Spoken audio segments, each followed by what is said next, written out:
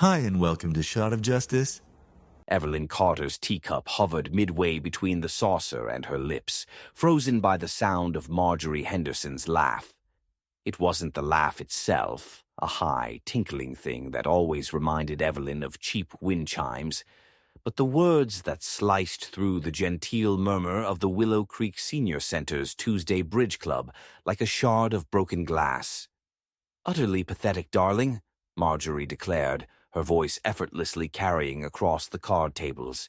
She leaned conspiratorially towards Beverly Finch, her newest acolyte, living in that crumbling old house, clutching her dead husband's pension like a life raft, and those dreadful homemade sweaters she tries to peddle at the church bazaar. Charity cases shouldn't be vendors, honestly. Arthur always said she had no head for business, poor dear.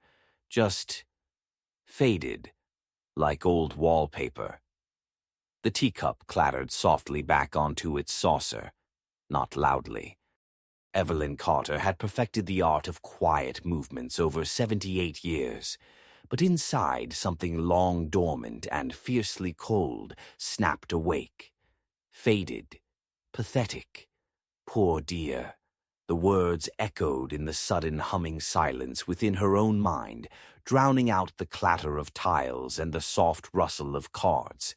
She carefully lowered her gaze to her own hand, a useless collection of hearts and clubs. Marjorie Henderson, impeccably coiffed, dripping in tasteful gold jewelry Arthur's real estate empire had bought, continued to hold court. Arthur Henderson, who had swindled Evelyn's gentle, trusting Henry out of a prime commercial lot 30 years ago. A deal cloaked in false friendship and legal jargon Henry hadn't understood. A deal that had hastened Henry's first heart attack from the stress and left them financially precarious ever since. Marjorie, who had taken malicious delight ever since in pointing out every frayed cuff, every slightly out-of-style hat Evelyn wore. Marjorie, whose entire existence seemed predicated on polishing her own shine by tarnishing others, especially those she deemed beneath her. Evelyn's meticulously kept garden was quaint, read small. Her volunteer work at the library was sweet, read pointless. Her quiet dignity was resigned, read defeated. A slow, deliberate breath filled Evelyn's lungs. She smoothed a non-existent wrinkle from her sensible tweed skirt, the good one, saved for bridge club.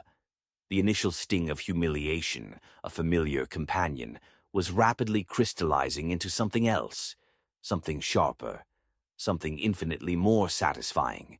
It wasn't just anger, it was a profound sense of injustice, finally demanding redress. Henry's weary face flashed in her mind, the worry lines deepening after that disastrous meeting with Arthur. The years of careful budgeting, the small dreams deferred. All because of the Hendersons' greed and Marjorie's relentless disdain. Faded, am I? Evelyn thought, a tiny, dangerous smile touching the corners of her lips, unseen behind the rim of her cup, as she took another sip. The lukewarm tea tasted like resolve. Pathetic? Poor dear. Marjorie Henderson had made a critical, decades-long mistake. She had mistaken Evelyn's quiet dignity for weakness, her frugality for poverty, her lack of ostentation for a lack of substance. She had mistaken the careful observer for an unobservant fool. Evelyn Carter hadn't spent a lifetime as Willow Creek's head librarian without learning a thing or two about information, about secrets, about the quiet, devastating power held in knowing things others desperately wanted to keep hidden. She knew where the bodies were buried, metaphorically speaking, of course. She knew about Marjorie's frantic hidden consultations with a bankruptcy lawyer last spring when Arthur's latest waterfront development venture had nearly imploded after an environmental report was mysteriously delayed, a delay Arthur had likely orchestrated. She knew about Beverly Finch's less-than-devout weekends rendezvousing with a married golf pro from Pine Ridge. She knew about Walter Jenkins, the pompous country club treasurer, quietly borrowing funds to cover his son's gambling debts, hushed up by a terrified board.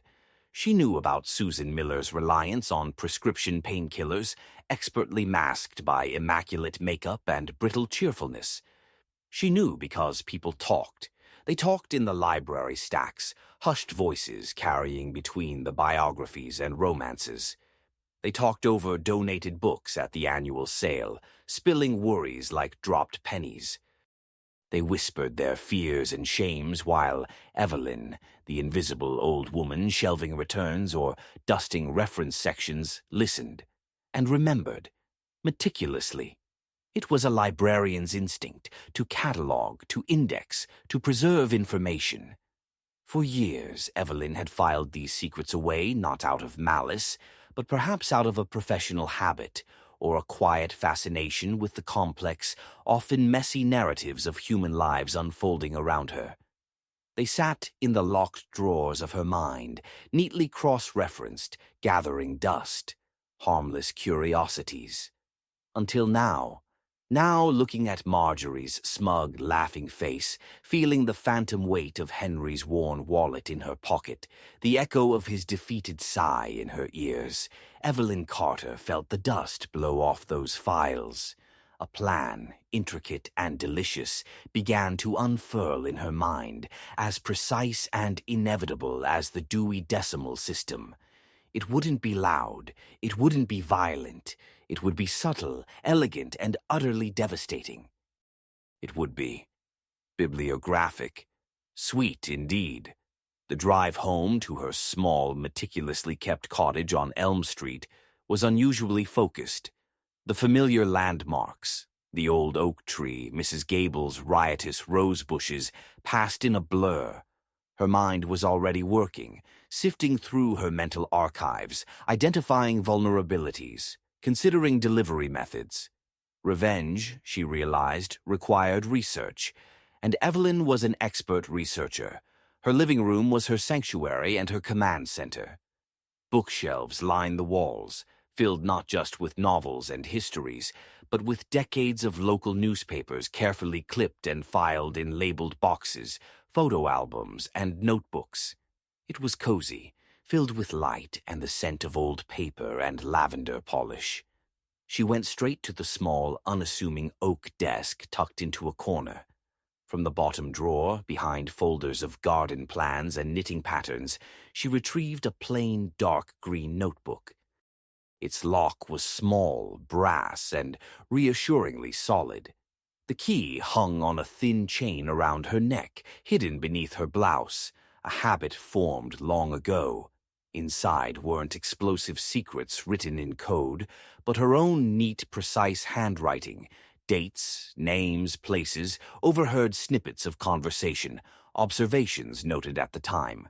April 12th, M.H. seen entering Franklin Boone, bankruptcy specialists, 3:15 p.m., looked distressed. May 3rd, overheard B.F. on phone near history section, Pine Ridge Country Club, Saturday, usual spot. Don't be late. Voice low, anxious. Country Club treasurer's report. Q3, discrepancy in Miss Key's expenses versus previous years, 15K, noted by W.J. himself. It was raw data, meticulously recorded. Her weapon wasn't a gun. It was pattern recognition honed by decades of reference work and a flawless memory now laser-focused. Her first target was obvious, the Hendersons' financial instability. That was Marjorie's lifeblood, her status, her jewels, her sense of superiority. Undermine that, and you undermined everything. Evelyn opened her ancient but reliable laptop. She started with public real estate records, easily accessible online. Henderson Properties listings. Several prime ones marked pending for months. Too long. She cross-referenced with the local business journal archives, digitized thanks to her own efforts years ago. Articles about Arthur's big waterfront project, harbor lights, full of promise a year ago. Then silence. She checked the county planning department website. Permit applications stalled. Environmental impact review. Delayed. The pieces fit. Arthur was leveraged to the hilt, waiting on one shaky deal. But she needed contemporary confirmation, something more tangible than her notes and public records. She needed to hear the current whispers. Tomorrow, she decided. Tomorrow she would deploy her greatest asset, her invisibility. She would go to the library, not to work, but to listen. She would browse the thrift shop where the volunteers traded the juiciest gossip. She would have a casual chat with Mildred at the post office, who knew everything about everyone's mail. And she would call Agnes, the retired nurse who played canasta with Susan Miller and had a keen eye for pill bottles and shaky hands. Evelyn closed the notebook, the small click of the lock sounding decisive in the quiet room. The ember of anger had fanned into a steady flame of purpose. Marjorie had thrown down the gauntlet. Evelyn Carter, the faded wallpaper, the pathetic charity case, was picking it up, and she intended to win. The air in Second Chance's thrift shop was thick with the scent of dust and nostalgia. Evelyn sorted through a box of donated scarves, her posture the picture of harmless elderly absorption. Around her, the usual volunteer crew, Dottie, Helen, and the formidable Mabel, held court. "And Marjorie Henderson," Dottie was saying, lowering her voice dramatically as she priced a chipped vase. "She was in here again yesterday. Not donating, mind you, looking. At the jewelry case. Can you imagine? Her, looking at our costume jewelry." "Desperate times," Mabel sniffed, arranging teacups with military precision. "Rumor is Arthur's got all his eggs in that Harbor Lights basket. And word is the basket's got a hole. Big environmental mess. Permits are frozen." Evelyn kept her eyes on a silk paisley scarf. "How dreadful," she murmured, her voice laced with just the right amount of vague concern. "Such a shame for the town." Inside, her mind catalogued confirmation of financial stress, gossip mill active. Later, as she browsed the book section, Helen drifted over. "Evelyn, dear, you hear about the Harvest Moon Gala planning. Starts next week. They need more committee hands, especially for the auction. You're so organized." Helen trailed off meaningfully. The Willow Creek Harvest Moon Charity Gala was the social event of the season for the over 50 set, a whirl of sequins, rubber chicken, and competitive bidding, orchestrated annually by Marjorie Henderson. Evelyn had always avoided it like the plague. Too loud, too expensive, too full of Marjorie. A spark ignited in Evelyn's mind. A platform.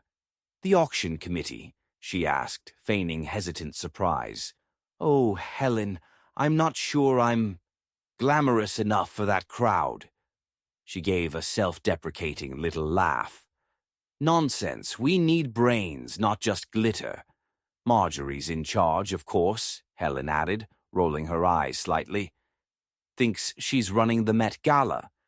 But we need sensible people to actually get things done. Say you'll come to the first meeting." "Please?" Evelyn pretended to consider, twisting the paisley scarf in her hands.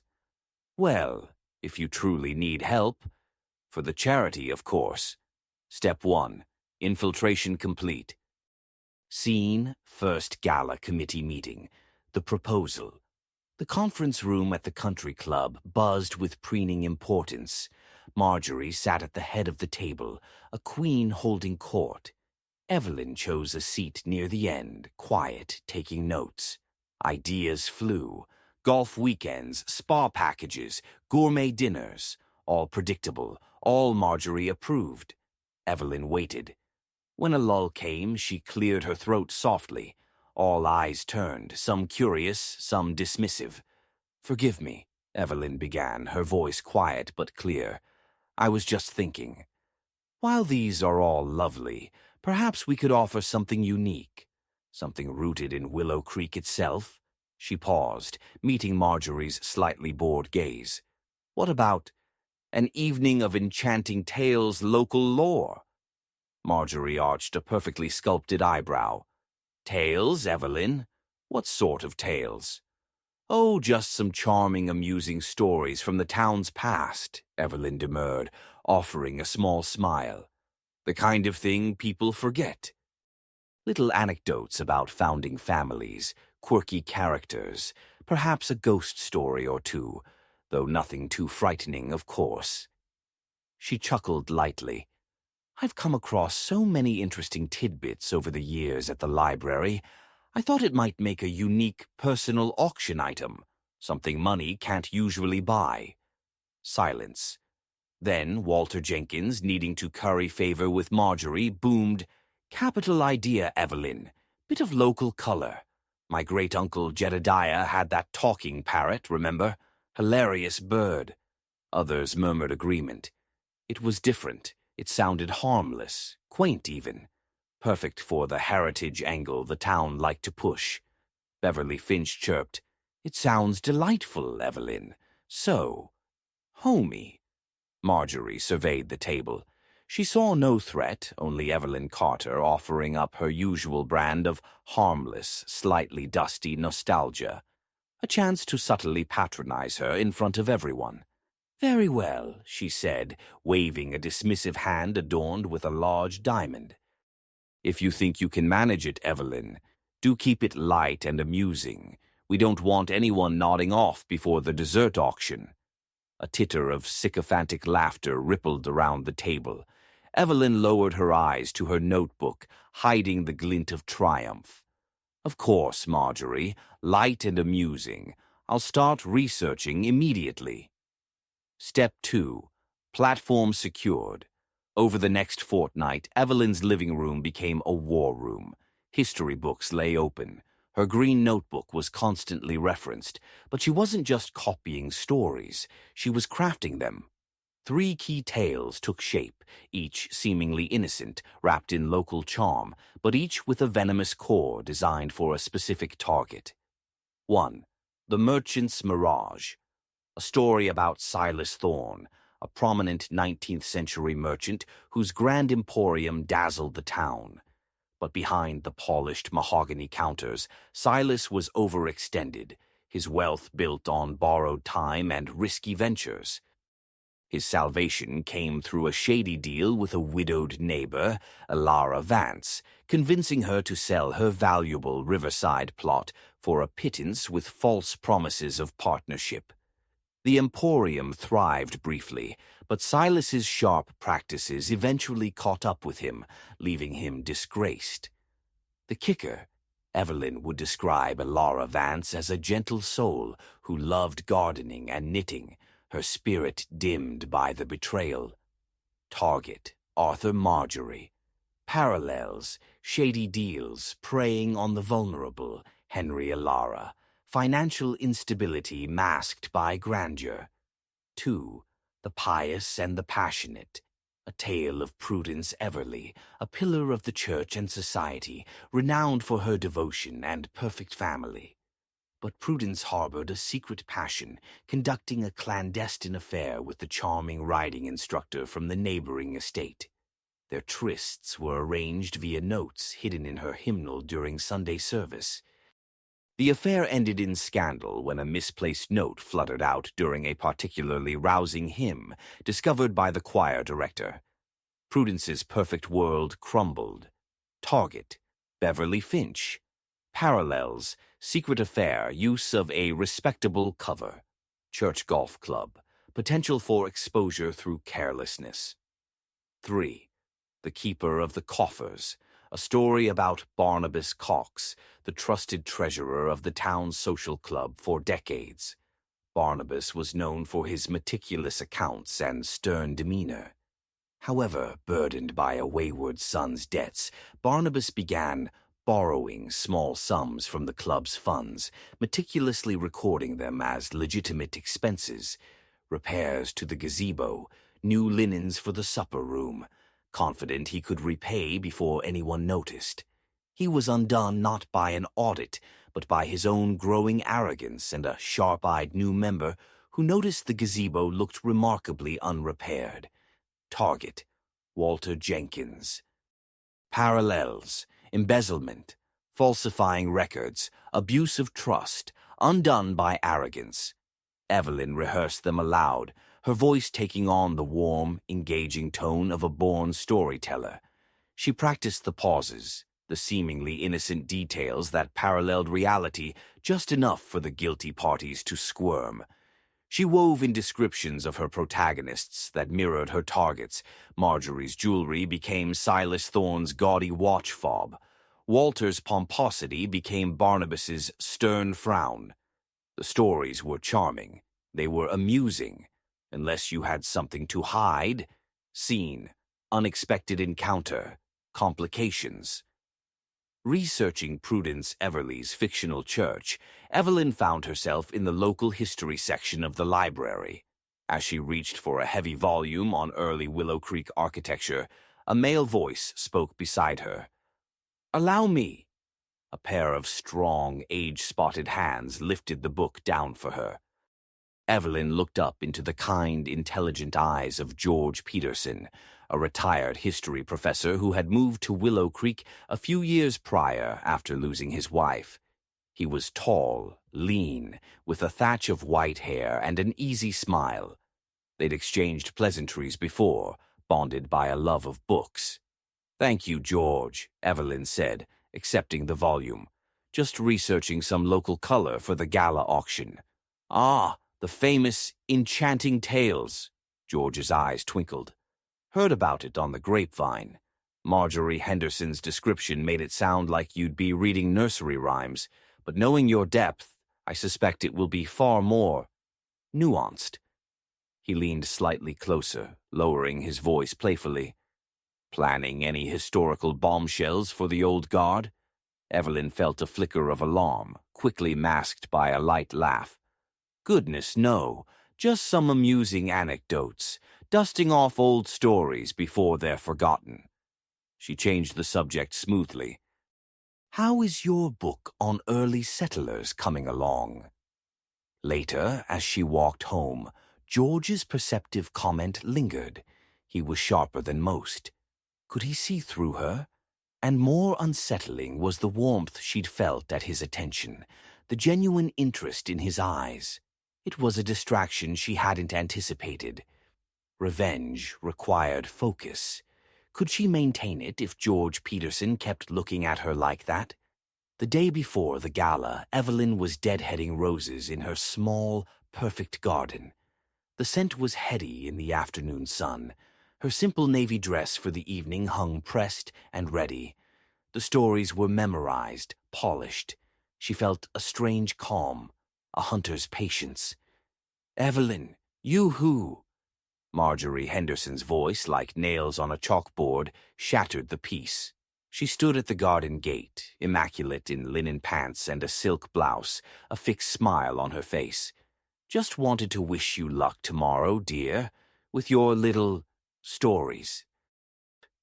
She managed to make the word sound diminutive, insignificant. "Try not to be too long-winded, will you? We wouldn't want the bidders dozing off before the real auction items." Her smile didn't reach her eyes. It was pure condescension, a final reminder of Evelyn's perceived place. Evelyn straightened, pruning shears in hand. She met Marjorie's gaze steadily, her own expression serene. "Thank you for your concern, Marjorie," she said, her voice cool and clear. "I assure you I've chosen stories with just the right amount of bite to keep everyone awake." She held Marjorie's gaze for a beat longer than necessary, watching a flicker of uncertainty cross the perfectly made-up face before Marjorie sniffed and turned away. As Marjorie retreated down the sidewalk, Evelyn looked down at the perfect, decapitated rose bloom in her hand. She smiled, a genuine cold smile this time. The gauntlet had been thrown again, and tomorrow Evelyn Carter would pick it up and strike back. The calm evaporated, replaced by the sharp thrill of anticipation. The performance was ready. The Willow Creek Country Club ballroom shimmered under 1,000 tiny lights. Sequins glittered on gowns, laughter clashed with the smooth jazz quartet, and the air hung heavy with perfume and the scent of expensive catering. Evelyn, in her simple navy dress and a single strand of pearls, Henry's mother's, felt like a sparrow among peacocks. She clutched her small index card with the story prompts, her pulse a steady drumbeat in her ears. She spotted George Peterson near the bar. He gave her a discreet thumbs up and a warm, encouraging smile. It steadied her. Marjorie held court near the stage, resplendent in emerald green silk, laughing too loudly at something Arthur was saying. Beverly Finch fluttered nearby, looking nervous in pink taffeta. Walter Jenkins held forth by the auction display, already slightly red-faced. The live auction began after dinner. Golf packages, spa weekends, a hideous modernist sculpture, all met with enthusiastic bidding. Evelyn watched, her calm deepening. Her moment approached. And now, the smooth-voiced auctioneer boomed, something truly unique, a piece of Willow Creek's heart and history. Bid now for an evening of enchanting tales, local lore, lovingly curated and presented by our very own Evelyn Carter. Polite applause rippled. Evelyn walked to the podium, the spotlight momentarily blinding. She adjusted the microphone, took a slow breath, and smiled at the audience. Not a nervous smile, but the calm, engaging smile of a librarian about to share a fascinating discovery. "Good evening," she began, her voice clear and warm, amplified just enough. "Thank you. It's a pleasure to share some stories from Willow Creek's rich and sometimes delightfully quirky past. Stories of people who walked these streets long before us, whose lives, in their own way, shaped the town we know." She paused, letting her gaze sweep the room, catching Marjorie's slightly bored expression, Beverly's anxious fidgeting, Walter's pompous posture. Our first tale takes us back to the bustling docks of the 1880s and a merchant named Silas Thorne. She launched into the merchant's mirage. Her voice was captivating, painting pictures of Silas's grand emporium, his polished demeanor, the town's awe. She described his risky ventures, the whispers of financial strain he dismissed. Then came Elara Vance, the widowed neighbor, a quiet soul who found solace in her garden and her knitting, trusting perhaps too easily. She described Silas's smooth approach, his false promises of partnership, the undervalued sale of Elara's riverside plot, the key to his salvation. For a time, Evelyn continued, her tone shifting subtly, Silas Thorne seemed invincible. His emporium thrived, but foundations built on sand, no matter how grand the structure, eventually shift. She described his downfall, the disgrace, the whispers turning to condemnation. "And Elara?" Evelyn finished softly, looking directly towards Marjorie's table.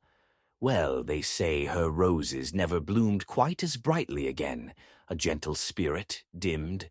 The audience sighed appreciatively. "Charming," someone murmured. "Poor Elara," another whispered. But at the Henderson table, Arthur had gone pale. He stared at his plate, his knuckles white on the tablecloth. Marjorie's smile was frozen, brittle. Her eyes, when they flicked to Evelyn, held a dawning, icy fury. She recognized the riverside plot. She recognized the description of Elara, the knitting, the garden. She recognized the shadow over her own husband. "Next," Evelyn said brightly, shifting the mood, "a tale of hidden passions amidst piety. Let me tell you about Prudence Everleigh." She spun The Pious and the Passionate with a lighter touch, describing Prudence's perfect life, her devotion, her secret yearning. She detailed the riding instructor's charm, the thrill of the clandestine meetings, the notes hidden in the hymnal. "Imagine," Evelyn chuckled gently, "the fervor of the hymns, the rustle of the pages, a perfect cover for a secret message, until one Sunday." She described the fluttering note, the choir director's discovery, the scandal that ripped through the town. Poor Prudence, her perfect world, built on such careful appearances, shattered like glass. The audience tittered, enjoying the scandal. Ooh, saucy, Dottie giggled from the back. But Beverly Finch had gone sheet white. She fumbled her champagne flute, sending a splash of golden liquid onto her pink taffeta. "Oh, clumsy me," she gasped, dabbing frantically at the stain, her eyes wide with panic. She wouldn't look at Evelyn. The golf pro, Pine Ridge. The parallels were terrifyingly clear. Evelyn paused for a sip of water, letting the tension simmer. She saw Walter Jenkins watching her now, a slight frown on his face, no longer bored. "Good. Our final story," she announced, "is a cautionary tale about trust and temptation. Meet Barnabas Cox, the stern and seemingly incorruptible treasurer of the Old Town Social Club." She launched into The Keeper of the Coffers, detailing Barnabas's meticulous records, the town's absolute trust. She described the wayward son, the mounting debts, the first borrowing. Small, easily hidden. "He was clever," Evelyn said, her voice dropping conspiratorially. "He disguised them beautifully. Repairs to the gazebo, though no one recalled seeing any workmen. New linens for the supper room, though the old ones seemed perfectly serviceable." She described Barnabas's growing confidence, his arrogance. He believed his own reputation was armor enough. Until a sharp-eyed new member. Evelyn paused dramatically. A woman with a keen eye for detail and a suspicious nature noticed that the much-repaired gazebo looked remarkably unrepaired. She started asking questions, quietly, persistently. The audience was rapt. Walter Jenkins was no longer frowning. He was staring at Evelyn, his face flushed a deep, unhealthy red. His hand tightened around his whiskey glass. Evelyn met his gaze for a fraction of a second, her expression blandly innocent, before finishing the story of Barnabas's exposure and disgrace. Evelyn concluded with a warm smile. "And so the threads of our past weave through our present, reminding us that human nature, in all its glory and folly, remains wonderfully constant. Thank you." She stepped back from the podium to genuinely warm applause. People were smiling, nodding. "Wonderful stories, Evelyn. So engaging. Who knew our history was so juicy?" But beneath the surface pleasantries, chaos simmered. Arthur Henderson was muttering urgently to Marjorie, whose face was a mask of frozen fury. Beverly Finch had vanished, likely to the ladies' room. Walter Jenkins pushed his way through the crowd towards the exit, ignoring greetings, his face thunderous. George Peterson made his way towards Evelyn, a thoughtful, almost admiring expression on his face. "Bravo, Evelyn," he said quietly, taking her hand briefly. "Enchanting indeed, and remarkably resonant." His eyes held a knowing glint that told her he understood far more than the average audience member. "I suspect some people found your local lore rather pointedly local." Evelyn met his gaze, her own calm unwavering. "History has a way of repeating its patterns, George," she said simply. "I merely hold up the mirror." The performance was over. The arrows had flown. Now she would watch them find their marks. The usual quiet of the Willow Creek Library was charged with a different kind of energy. It wasn't noise, it was the hum of intense, scandalized whispers.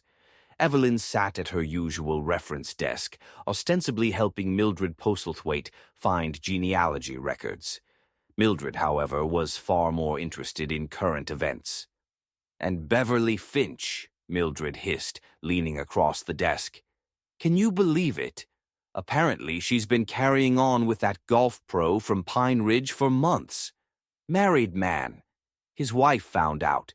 Confronted Beverly right outside the yoga studio yesterday. Screaming fit, they say.